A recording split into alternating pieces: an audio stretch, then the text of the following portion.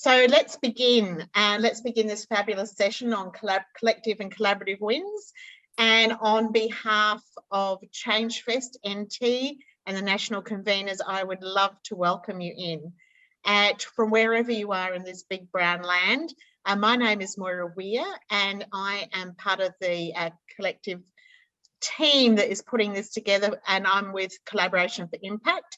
And I've been on this ChangeFest journey since it began in Logan in Queensland, following its pathway through to Mount Druitt, and now here we are in gorgeous Larrakia land.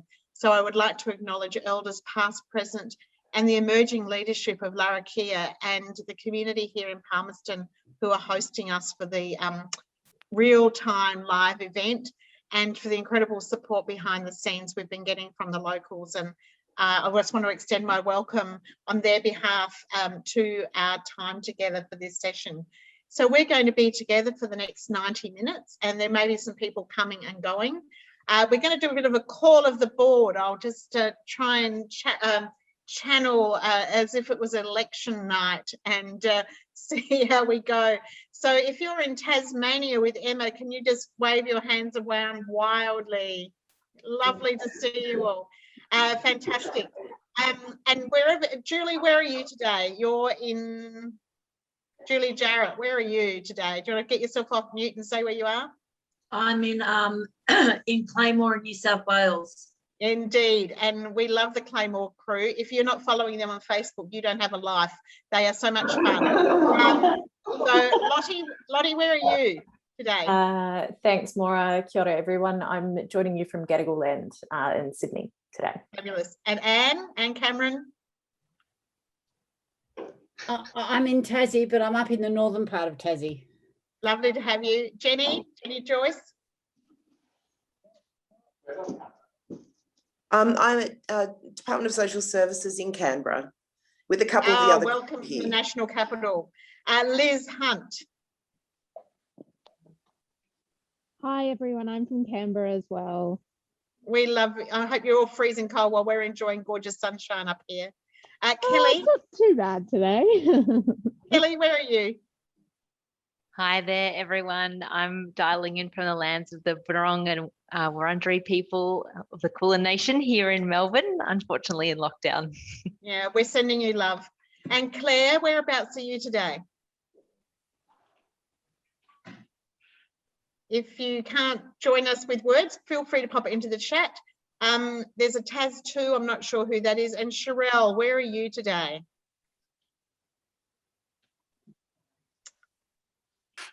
Hi, I'm joining in from Sydney. I'm in Wongaland. Excellent, lovely to have you. So if I'm going to introduce our panel and the process in a minute. And behind the logo, we have the very excellent and wonderful help of Sarah, who's here also on Larrakia country with me. And she'll be helping with all the technical issues and support as we go. We would love to make sure that you could all connect in with each other. And the way we're going to start that is just with a 2-word check-in. But sometimes people are feeling happy and excited or tired and worn out, whatever it might be. So in the chat, you'll see a Menti come up in just a second. If you can click on that and just write 2 words of how you're feeling as you come into this call, and we will see that little word cloud appear before our very eyes when we share the screen. Thanks everyone for all of that.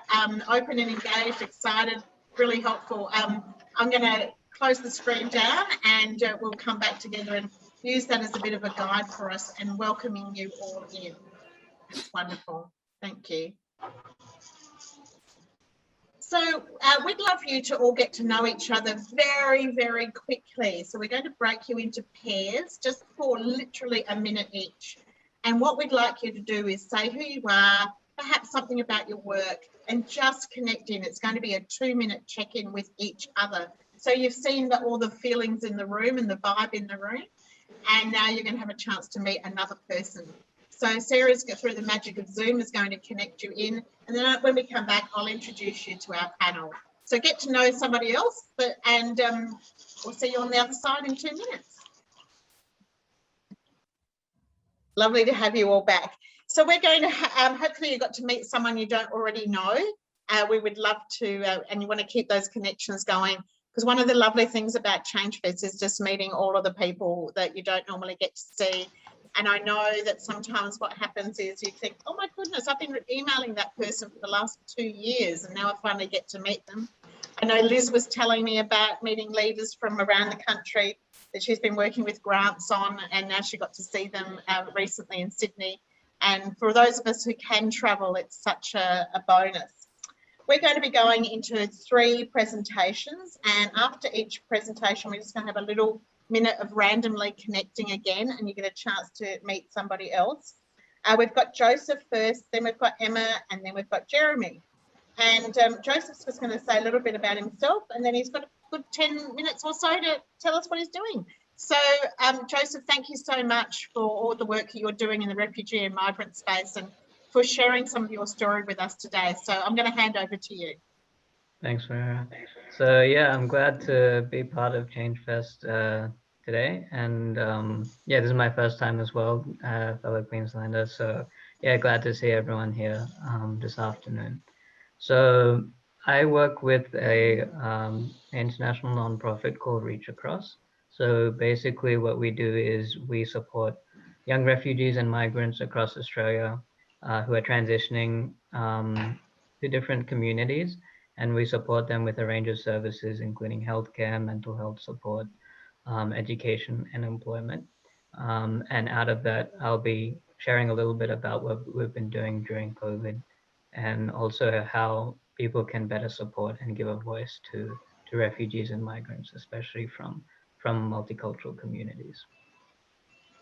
So when we talk about collaboration, I think it's important to note that what we do should always go beyond what we say.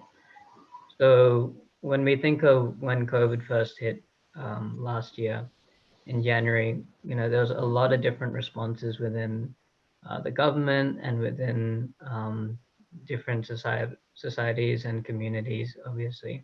But one of the biggest or first responders were actually communities and individuals within communities who wanted to have, more of a tangible response to the pandemic.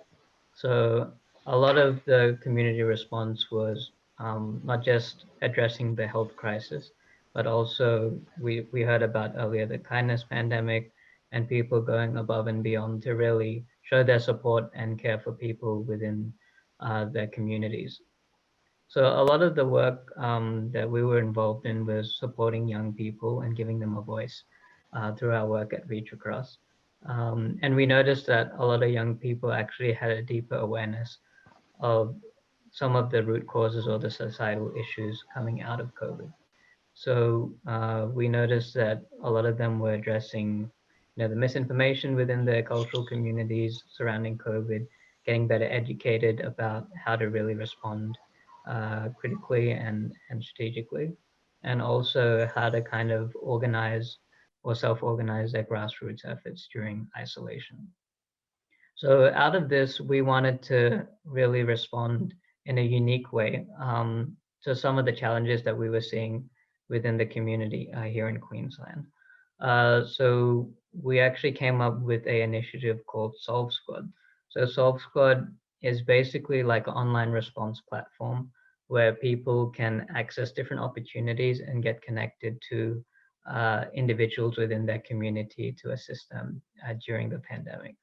So it started as a local initiative within the Global Shapers community, which I'm a part of here in Brisbane, and it's the international movement of young people who wanted to really collectively impact society in a deeper way. But we noticed that a lot of the challenges that people were feeling or responding to within a local context was actually a global phenomenon. And what I mean by that is a lot of the challenges within communities when it came to different sectors of society, such as the hospitality sector, the education sector, or employment. These are all issues that people on the other side of the world are also facing. So in a way, COVID actually was a great equalizer in that it shed light on a lot of different issues within communities that people could really respond to directly. So Solve Squad basically, the best way to explain it, it's like a virtual volunteering platform where individuals can list their skills or interests, and then we connect them to organizations within their local communities where they can assist people in need. And also organizations can submit challenges where individuals can connect to those organizations directly and then offer their services as a way to kind of help people within their context. So we started to think about post-pandemic, would this still be relevant?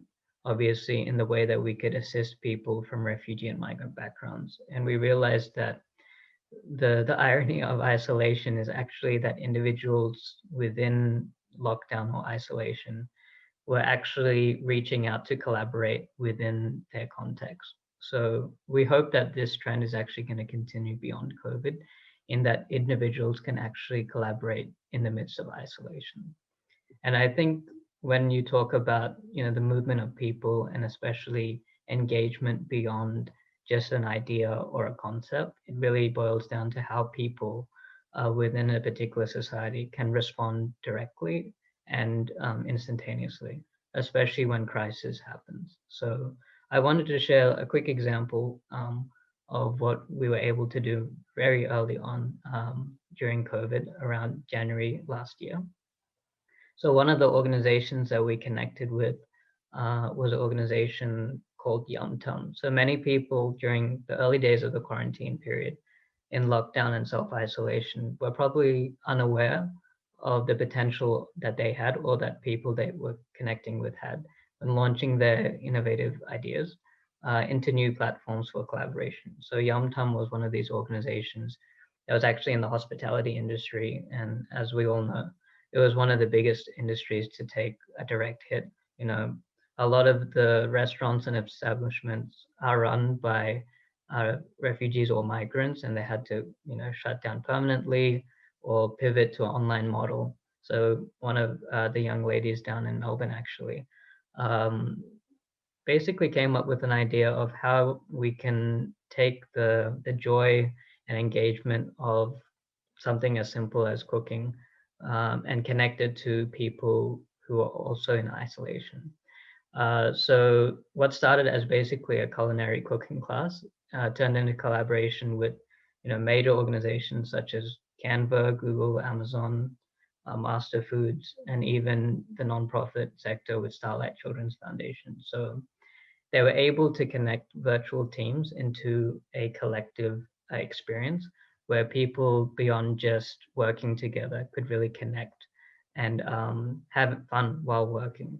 And one of their slogans, which they often quote whenever they have these sorts of engagements, is teams that play together, work together even better. So I think when you think about collaboration, it doesn't have to be a one-size-fits-all approach.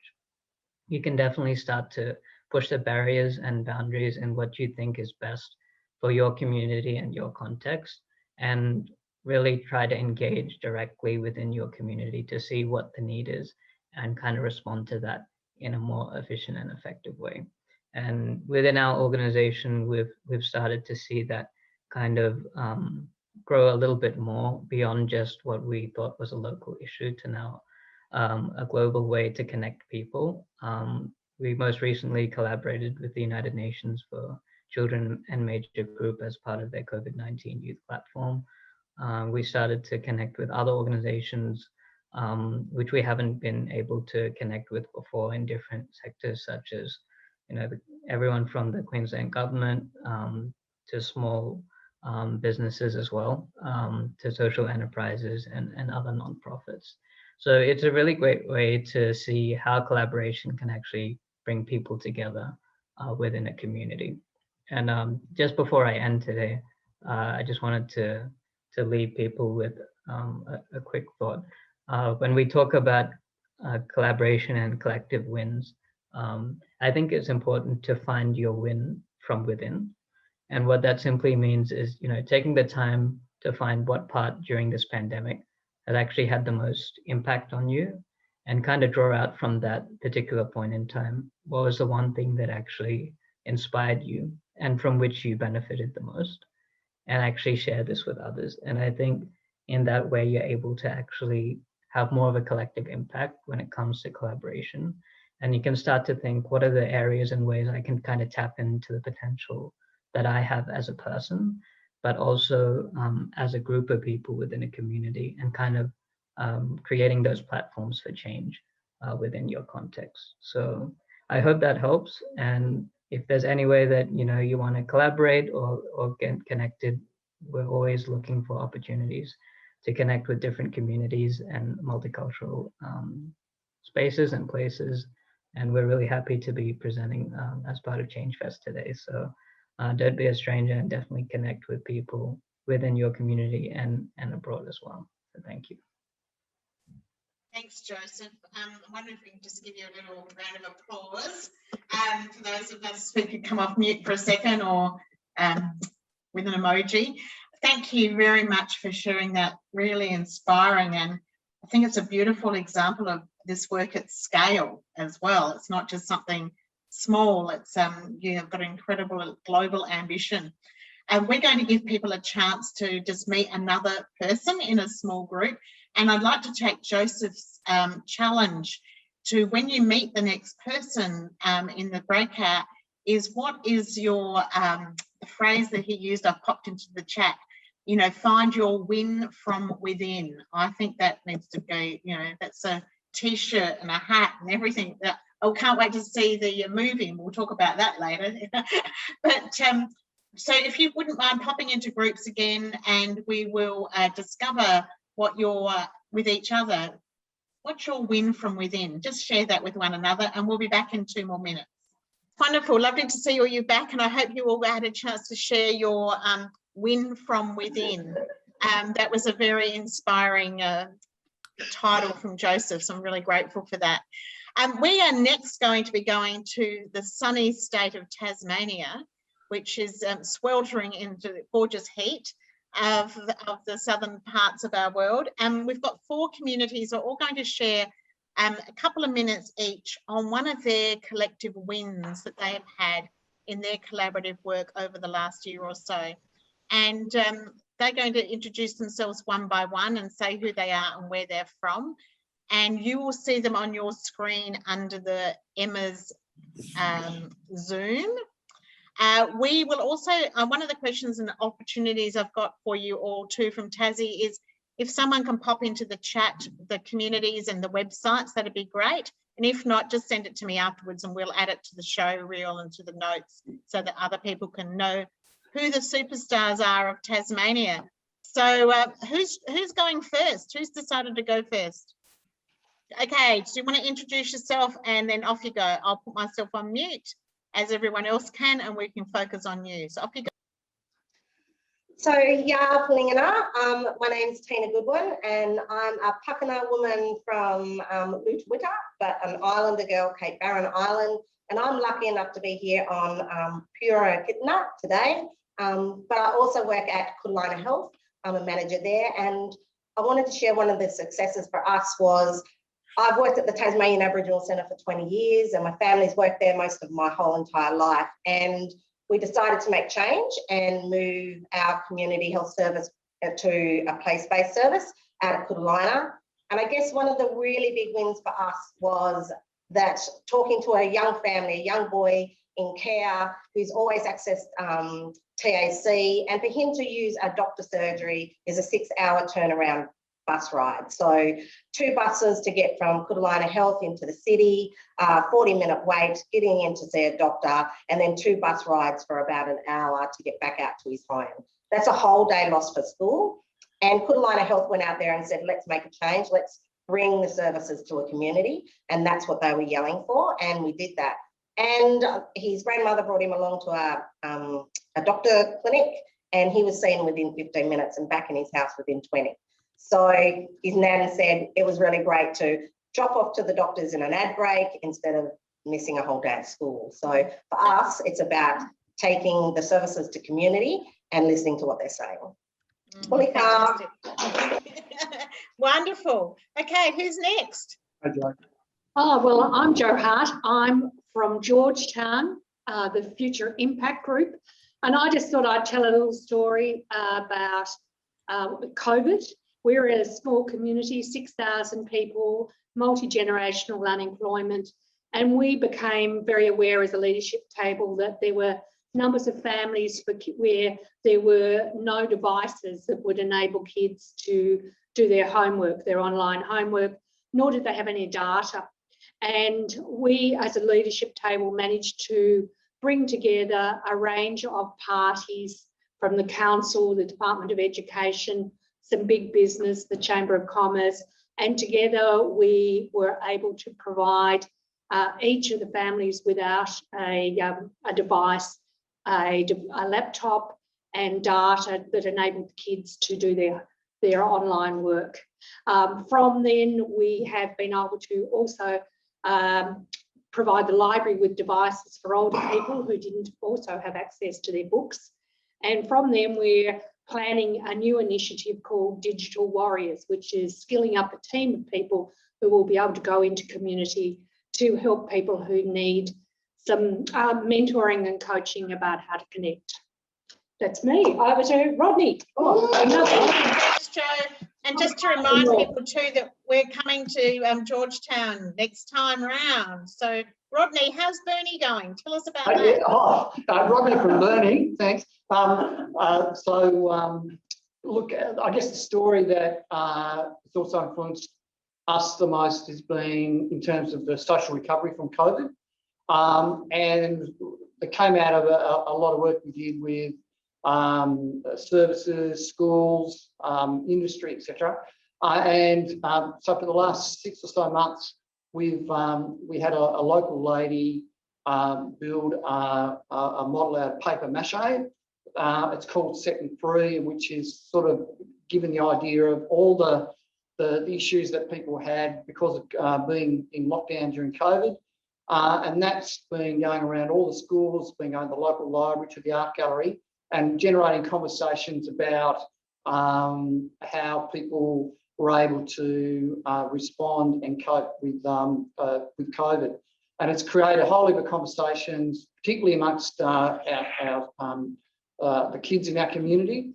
And as a result, they've created a whole heap of what we call survival cards, so that whenever people are feeling a bit down because of COVID or any other sort of issue in their lives, they've got these cards that they can draw on to be able to talk to someone else about them. So it's a result of bringing arts community with the education community, with and social services to be able to really respond to an immediate need.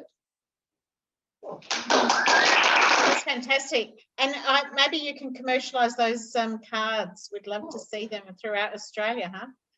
Oh, well, there you go. That's a thought. Yeah. Okay, and who's next?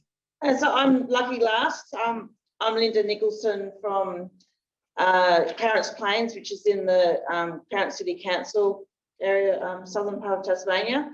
We're on Moomaramina People's Nation. So I guess one of the things that we got done probably a little bit after the lockdown part of last year was getting a tucker garden established in our local park. So just, mostly native bush tucker, but probably a little bit of native as well. So that was meant to be planted last May, but because of all the COVID social distancing restrictions, we couldn't do it. So we had, I think it was about 30, 50 local school children come along and help plant. So that was a really great win. And another thing more in recent times, but something we were planning in the planning stages during COVID was getting out there and getting 250 voices from the community. Yeah, that's our first goal, 250. We thought was, we'll start small. Yeah, so we're nearly there. Like we're nearly, we're over the 200 mark. So that's really great win. So that's with all of our collaboration. Did I forget to say who I am, one community together. Sorry. And Clarence Plains was a host of one of the Change Fests on the road. That's right. Do you want to say a sentence about that? Amazing. It was amazing. It was a wonderful. Just let everyone know what you did in Clarence Plains. Yeah, so in February 26th and 27th, we hosted. I think we at one day we had around 45 people come along, which was really great. We had a bit sort of various things on collective impact and yeah, change making. It was a great 2 days. It was a great 2 days. And if those of you who aren't sure about ChangeFest on the road is, just go to the changefest.com.au website and you'll see some of the stories. And Clarence Plains were very generous in being one of the hosts. And so, of one of those.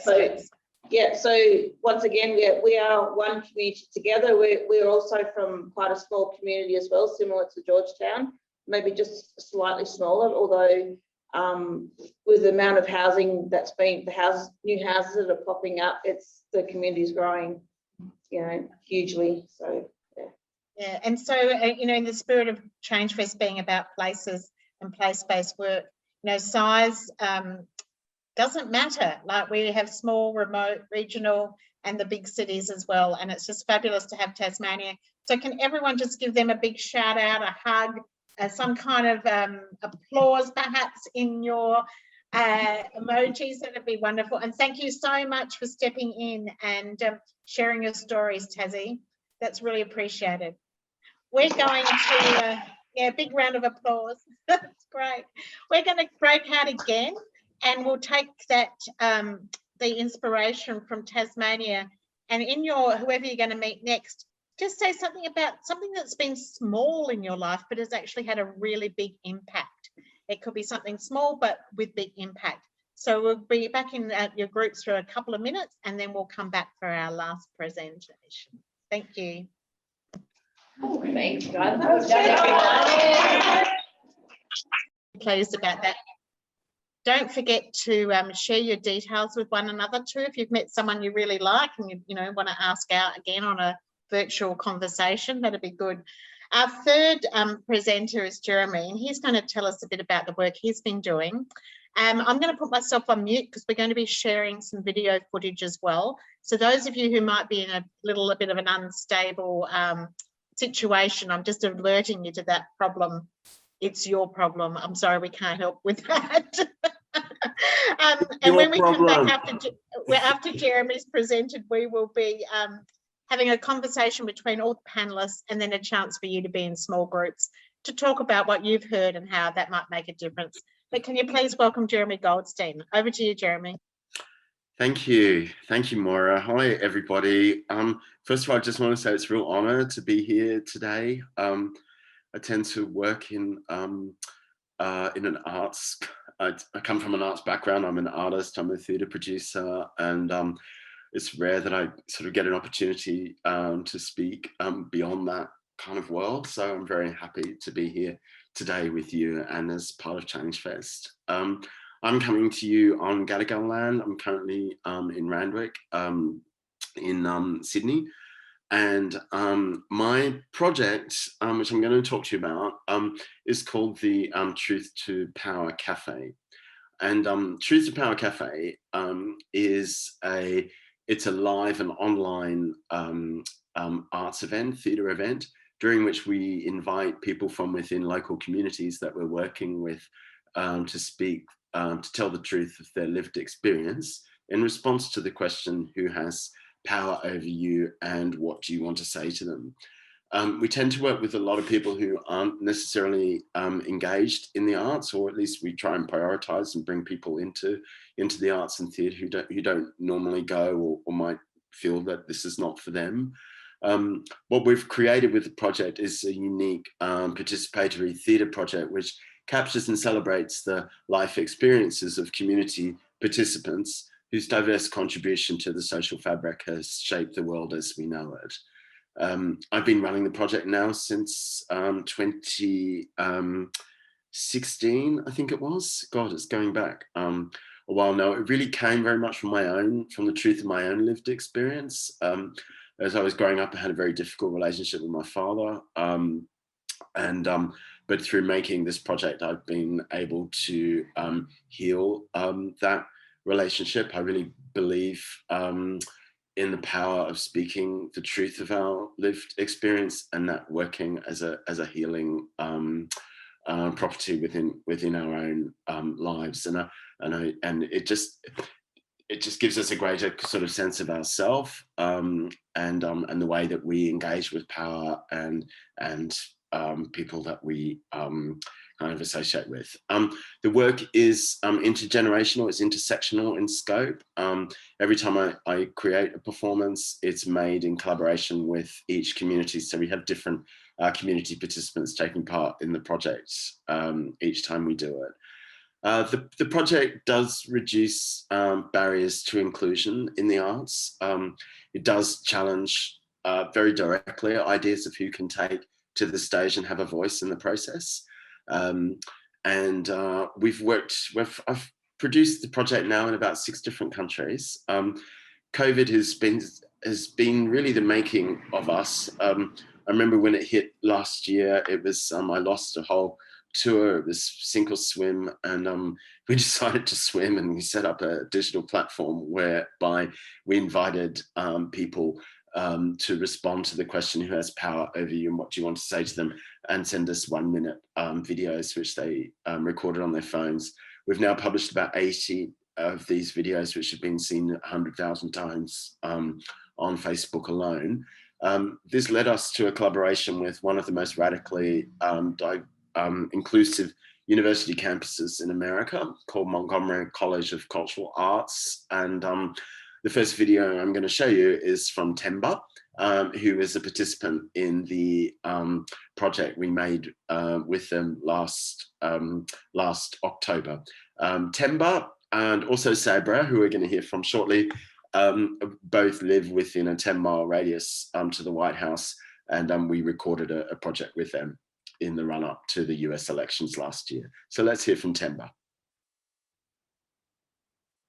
I'm the product of hope and perhaps a few cocktails. My unexpected arrival secured my position as a son who lays his bones in the home of the brave. Along with the nationalistic bravado, I am a first-generation child of Zimbabwean and Zambian heritage.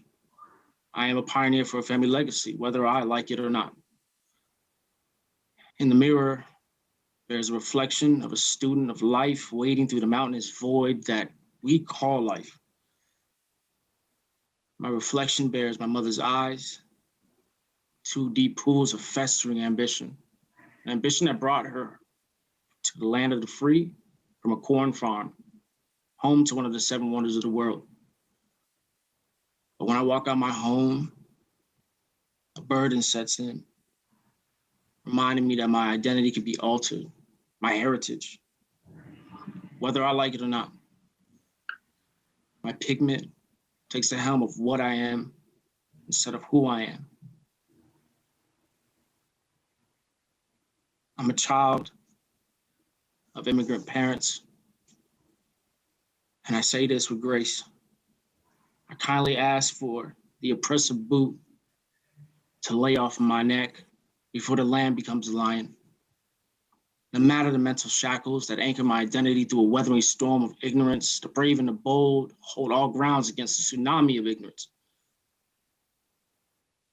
We are a steeping pot, a steeping brew that's boiled over, scolding those who assume the boiling pot cannot pose a threat to those who believe we couldn't even steep under heat.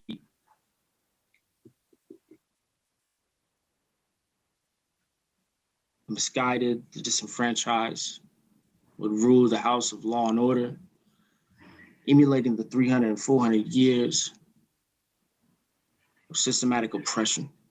Rationing equality in one's favor would be child's play. And we would teach understanding for one another. All I ask for you is to see my face, my character, and my color in that order. See me as an investment. See me as a person. See me as a human instead of potential state property. See my progression of what I have inherited, a deeply rich heritage.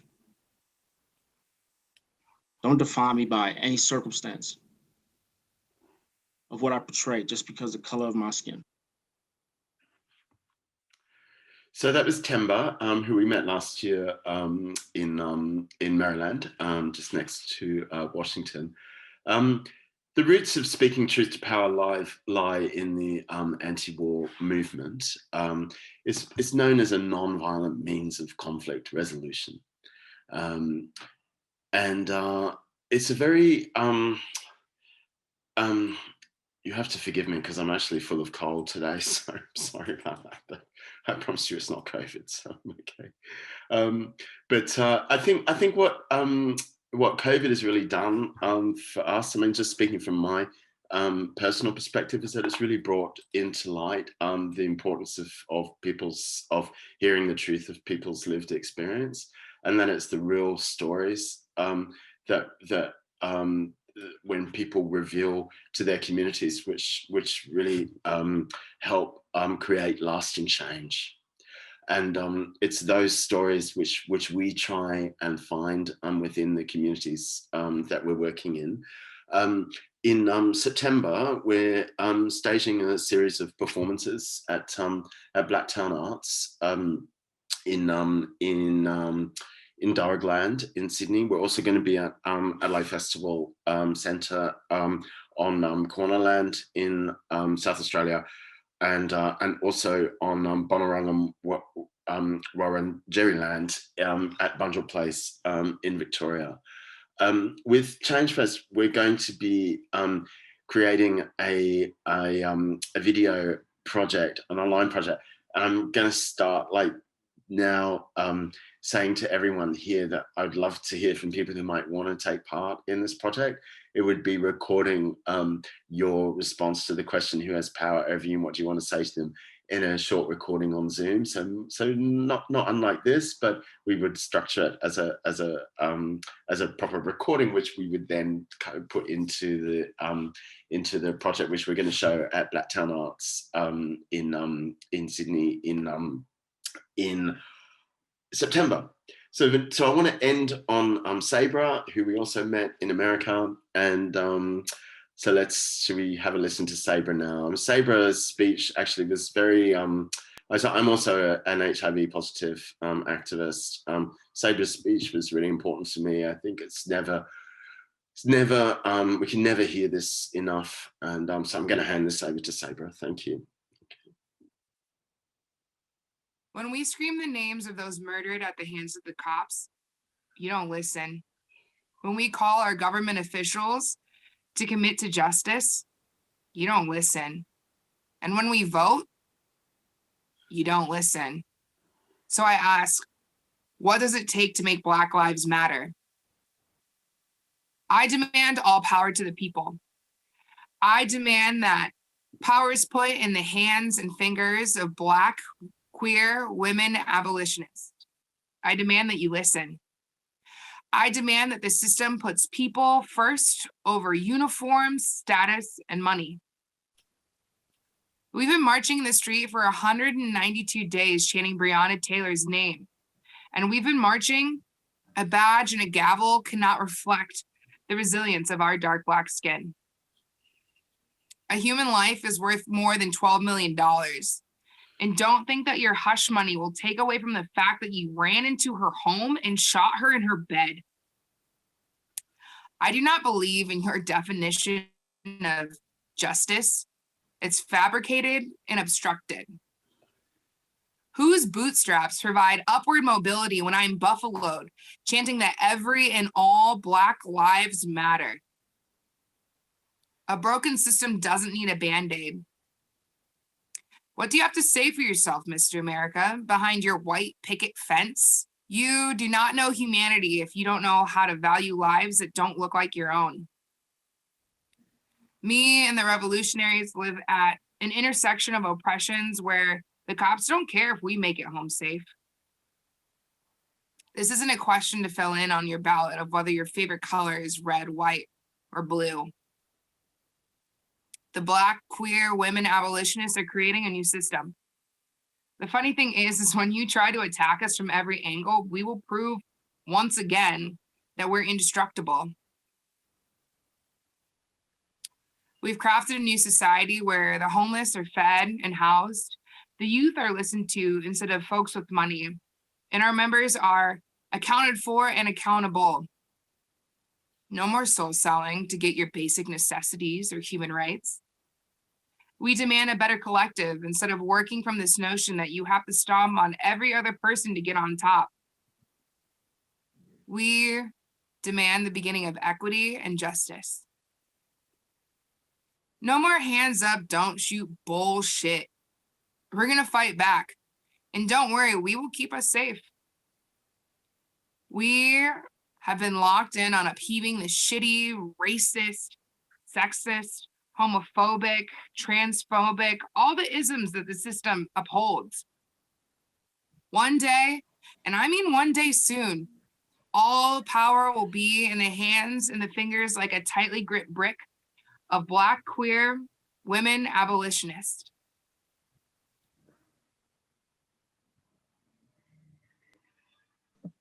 Thanks, Jeremy and Sandra and Timber. That's let me just go up here. There we go. You can hear me now, I hope.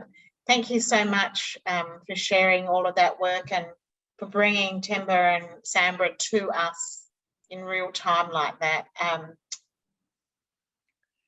There's nothing like hearing the voices of the people, and that's what ChangeFest is all about. So it's a great gift. I'm wondering if I can ask Joseph and Jeremy and Emma, or someone from Tassie, if you've got any questions for each other now that you've seen, you know, those very three different ways of talking about and seeing what collaboration and what collective wins are about. The food and through the arts and through old-fashioned community mobilising at every level on the ground. So if you've got a question, Joseph or Jeremy or Emma, for each other, we would love to eavesdrop on that question and hear what you've got to say to one another. So Joseph, you might want to come off mute for that. And somebody, Emma, you might want to go close to the screen if any of you've got questions for each other. And then we're going to go into small groups so that you can talk together for a good 15 minutes about what you've heard and what's that calling you to, and what are some of the systems and the challenges you're finding for yourself. But just to break it open a bit, Jeremy or Joseph or Emma, have you got a question for each other? Yeah, I just wanted to ask Emma and the folks in Tassie, what was kind of like the biggest challenge that you found like within your community, and how do you think that the community really responded or kind of addressed that challenge within COVID? Emma, can you come off mute and someone answer that question? Thanks. One of the biggest challenges I think is getting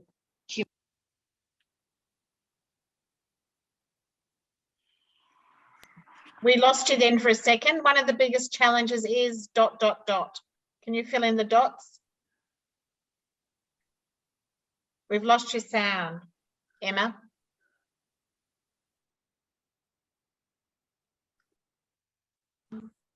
Oh, not quite sure what's happening there.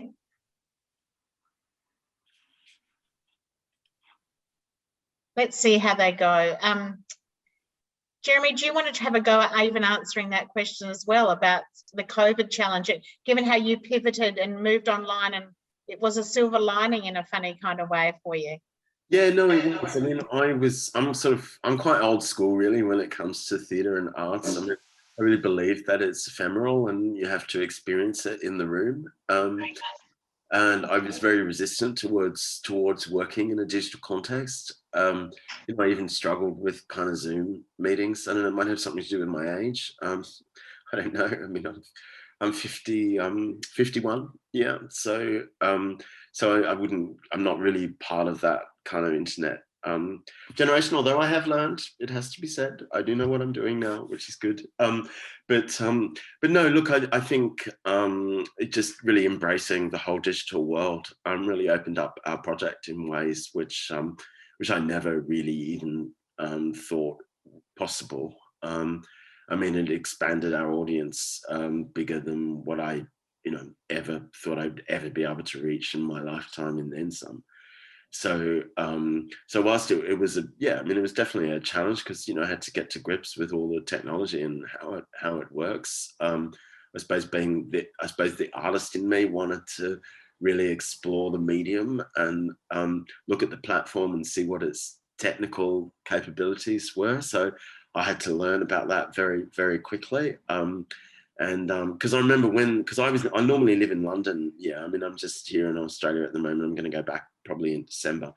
But I remember when COVID hit us back in March, it was, I mean, within like 48 hours, I lost, I think we dropped about 50 grand's worth of funding. All of our funding applications were made null and void. All of our tour dates, 12 months worth of tour dates, out the window.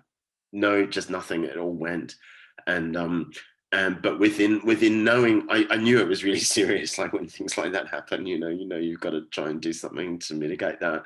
So I was lucky, I have just a very small team of people I work with in the UK and now here in Australia. And within 24, 48 hours of those decisions being made, we had set up a digital platform, and I'd put a call out to people, and these videos started flying in, and we started sharing them on socials, and it was just a very organic process from there on end. And I think for people who were doing it, it made people feel a lot less isolated within lockdown, because it had all come as such a huge shock. And even now, like, I mean, all the videos are still on my website. I mean, you can go and have a look at them, truthtopower.co.uk. And, people spoke about all sorts of things, going on in their lives, just stuff which is of importance to them, that they believe in, so important that they want other people to hear about it. So it was just very empowering for them to know that they were being heard. And for us, we learned a lot from their experiences too. Thanks, Jeremy. Emma, do you want to tell us, is somebody there now able to tell us about answering Joseph's question about one of the challenges that from COVID, and how you managed it? Anyone? Can you hear us? We can now. That's beautiful. Would anyone like to answer that? I've got something. Wonderful. Tina's coming over from Kudalina Health. Hello, Tina. Come on down and answer Joseph's question. You could stand there. Yeah, they'll be up here. I guess for Kudalina Health, one of the challenges for us in our community was funding grants and duplicating services and not making a large footprint in already a community of distrust and an Aboriginal community. So for Kudalina Health, it was about making really small footprints, going in, getting trusted by community, reaching out to everybody else within that community, that being community and services, and building on that. And then once we knew that we could be there for the long haul for community, I guess that's when we went, now let's make a change. So for the first year in our project was really about building trust, and then thinking about working with community and making sure that we can make a difference. So I guess for us, it was a challenge of stepping back. We're an Aboriginal community. We like to get in there. We like to get on the ground. We like to get our hands dirty. And the challenge was not doing that and being respectful to the place. Yeah, thank you. That's a really good insight. Joseph, are you happy with those answers? Yeah, absolutely. No, that's great. Thanks, guys. Jeremy, do you have a question? Oh, sorry, Tassie, who else is putting their hand up there? I can think of something else that's just related to the COVID. I'm feeling this year, especially when last year during COVID, when we could only meet online via Zoom, we were working a lot, lots on our governance, how we do things. And this year, I just find we've come up with these things that we want to do, but we're a little bit wobbly in just getting there fully. Yeah. Yeah, that's a really good. Yeah. hang on. Wobbly is a beautiful descriptor. I know the first time I came back to facilitating in a real room as opposed to online, I felt very wobbly, and I was using the same word, so I really do resonate with that. So Tassie or Jeremy, have you got a question for anybody else on the panel? I've got a question. Yeah, I mean, this is to everybody really, but I mean, I'll ask Joseph, and then maybe we can pass it around if you like. But what is it? Can you distill down in what it is that you'd like to leave behind? Like, what change do you want to make as a result of COVID? Yeah, that's a great question. I think just like a shift in perspective, because, you know, a lot of different communities obviously have, you know, specific needs, and how people respond to them is different. But I think just having a perspective that everyone's facing challenges and everyone needs to have their needs met. So obviously it looks contextually different depending on the community. But I think just keeping in mind that, you know, we have to have the opportunity to reach out to people and really hear their concerns and be able to respond to that directly. So I think having that perspective in mind kind of opens up these new opportunities as well. And I think ChangeFest is a great platform for that as well. Tassie, do you want to have a go at answering that as well? Yeah, I do. Okay, calm down. That's showing my age, isn't it? I think the thing that we learned through COVID is that, you know, we went, Burnie was one of the first communities to go into lockdown in the whole of Australia. And we actually did a strategic planning exercise via Zoom over the space of about 6 weeks in the middle of COVID. And I think if you'd have said to us 2 years ago that, you know, how would you cope if you couldn't meet face to face to do strategic planning or whatever it is, you'd say, oh, well, it'd just be impossible. I think now coming out the other side of COVID is, I think we realise that we're much more resilient and much more creative than we ever realised that we are. So, and I think, you know, what Jeremy has been doing in terms of pulling together all these narratives from around the world by video, but doing it during a COVID pandemic where no one can move around is just a really great example of that. Thank you so much. And do you have a question in the room in Tassie for Joseph or Jeremy? Is there a burning question that you'd like to ask one of those guys? No, they're shaking their heads. We will keep a recording of this, and hopefully if people want to share it, we'll find a way of making it shareable post ChangeFest. Don't expect to see it up online any day very soon, because we are up to our ears with things happening here on Larrakia country. And I just want to express our thanks to Jeremy, to our friends in Tassie, and to Joseph, and to all of you for joining us today, and those of you who might be watching it in the future. This is the work of transformation that we do together as we collaborate, whether we're online, in faraway places, or really close in nice little huddles around tables. So please look after yourselves and keep your, you know, your excellent muscle of collaboration exercised and doing well. Lots of love to you all. See you soon. Bye.